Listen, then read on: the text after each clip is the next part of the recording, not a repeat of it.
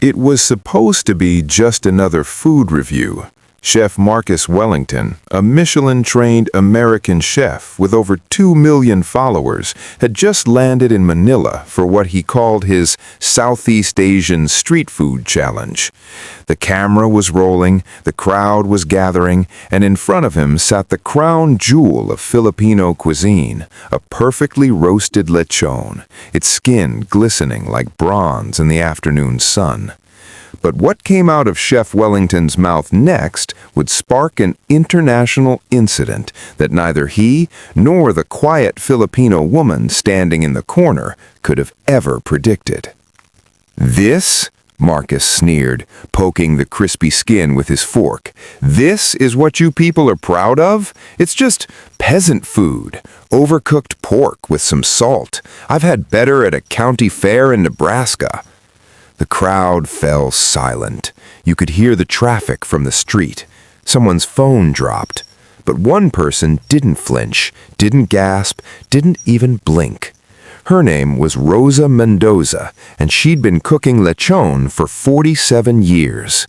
What she did next wouldn't just humble an arrogant chef, it would expose a secret so profound, so deeply rooted in history and tradition, that it would force Marcus Wellington to question everything he thought he knew about food and about himself. Rosa stepped forward slowly. She was 73 years old, barely 5 feet tall, wearing a simple floral dress and a faded apron. Her hands were weathered from decades of work over hot coals and spitting oil. "Chef Wellington," she said in careful English, her voice steady but quiet. Marcus turned, clearly surprised anyone was addressing him. He smirked. "That's right, ma'am. No offense, but there's a reason Filipino food isn't in Michelin guides." Rosa nodded slowly. "Then I have a proposal. Give me 3 days. Let me show you how we really make lechon. If after 3 days you still think it is peasant food, I will close my restaurant and never cook again." The crowd gasped. Rosa's restaurant, Bahay Rosa, had been serving the community for 30 years. It was where families celebrated graduations, where couples had first dates, where grandparents brought their grandchildren to taste their heritage. Marcus's producer perked up immediately. This was content gold.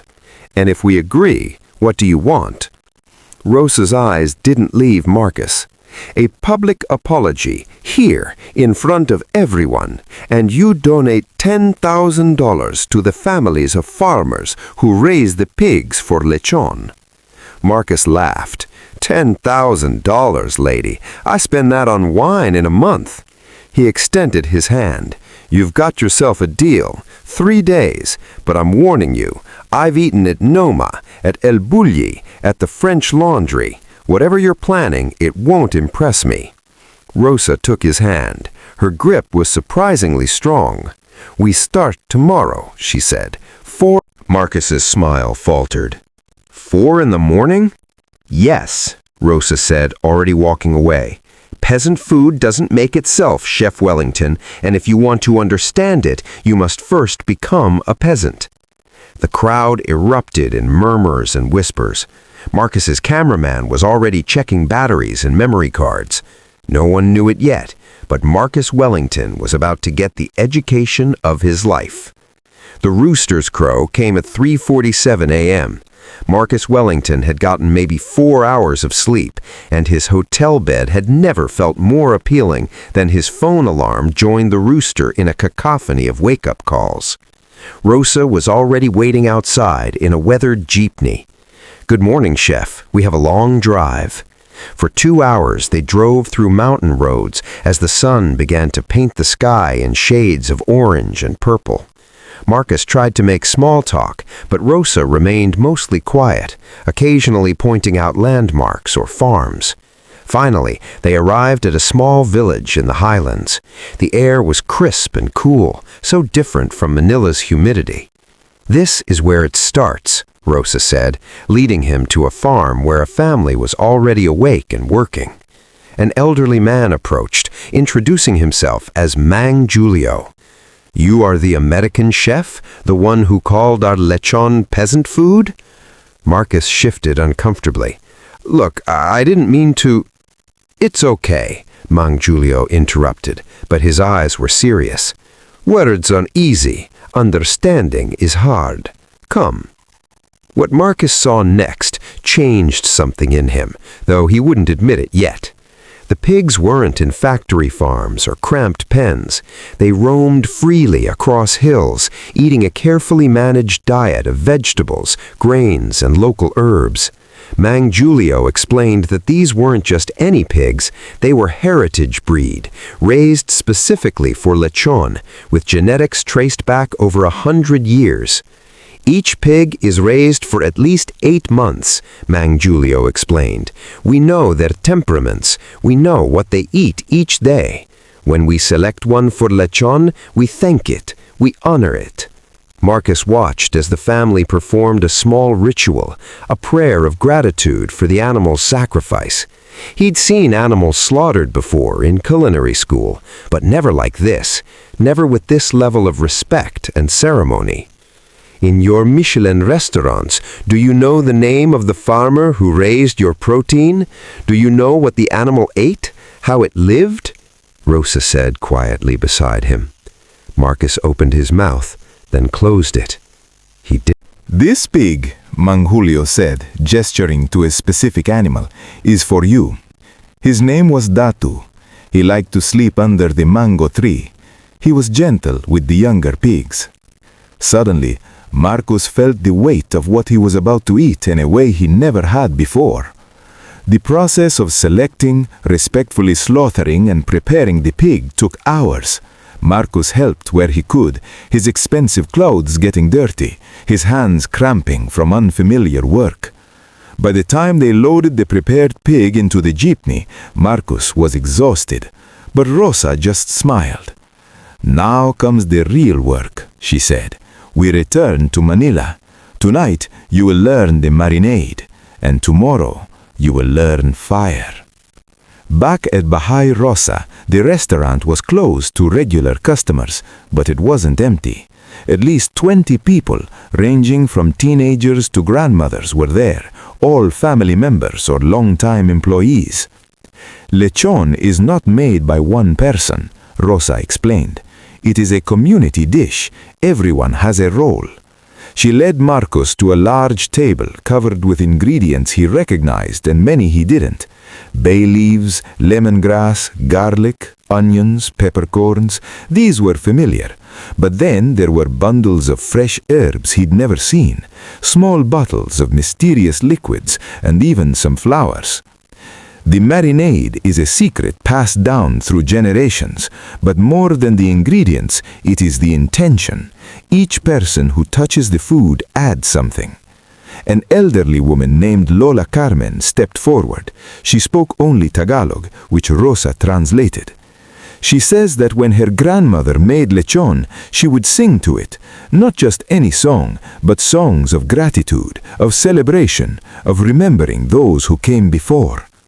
Marcus watched, increasingly fascinated, as the family worked together. The young ones crushed garlic and peppercorns in large mortars.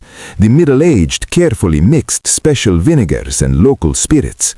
The elders added the secret herbs, explaining the purpose of each in hushed, reverent tones. One ingredient particularly caught Marcus's attention, a paste made from a rare orchid that only grew in specific regions.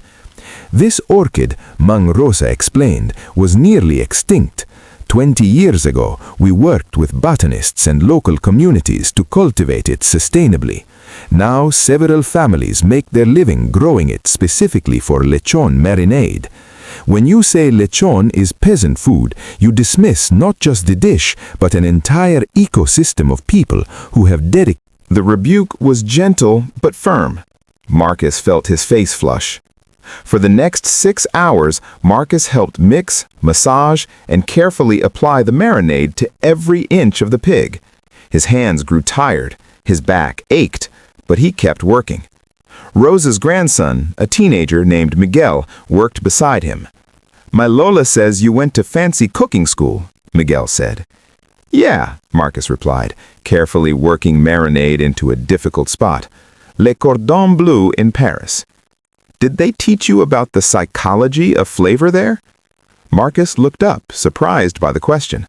Psychology? Miguel nodded. Lola says that food isn't just about taste. It's about memory, about connection, about understanding where you come from. She says that's why lechon tastes different at every celebration, because the emotions of the people cooking it change its essence. Marcus wanted to dismiss this as superstition, but something stopped him. He thought about the Michelin-starred restaurants he'd worked in, where precision and technique were everything, where a sauce was measured to the gram and plating was done with tweezers. Had he lost something in all that precision? Had he forgotten why he'd fallen in love with cooking in the first place? By midnight, the pig was ready for the next phase. It would rest overnight, allowing the marinade to penetrate deep into every fiber. Rosa handed Marcus a small plate of rice and adobo. Eat. Rest. Tomorrow will be harder. As Marcus ate, and he had to admit the simple adobo was incredible, he watched the family clean up together, laughing and teasing each other. He thought about his own kitchen staff back in New York, how he'd fired 3 people last month for minor mistakes, how he ruled his kitchen with intimidation and fear. He was beginning to understand that he hadn't just insulted a dish, he'd insulted a way of life he didn't understand. 4 a.m. came too quickly. Marcus's entire body ached from the previous day's work, but Rosa was already at his hotel lobby holding 2 cups of strong Filipino coffee. Today, you learn the most important part, the fire. Behind Bahay Rosa was a large outdoor kitchen area with a custom-built roasting pit.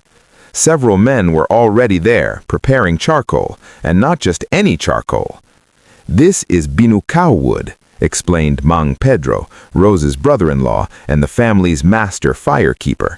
We harvest it sustainably from managed forests. What Marcus learned over the next hour amazed him. The fire wasn't just about heat, it was about understanding wood types, airflow, coal arrangement, temperature zones. Mang Pedro could tell the exact temperature of different parts of the pit just by holding his hand at various heights for specific seconds. In your kitchen, Mang Pedro said, you have thermometers, yes? Digital controls. Of course, Marcus replied. Here, we have this. Mang Pedro tapped his temple, then his heart. 50 years of experience. I know when the fire is right, not because a machine tells me, but because I understand the fire like an old friend. The pig was brought out and carefully mounted on a bamboo spit. The process of securing it was an art form in itself, ensuring even rotation and preventing any part from cooking too quickly. Then came the rotation. Marcus expected a motor, something automatic. Instead, he saw a manual crank system.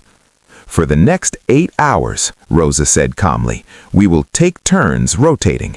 Every turn must be consistent. Too fast, the outside burns. Too slow, it cooks unevenly. You will learn the rhythm. Marcus started his first shift. Within 20 minutes, his arms burned. Within an hour, he was sweating profusely despite the cool morning. Every 30 minutes, someone would replace him, but he was expected to take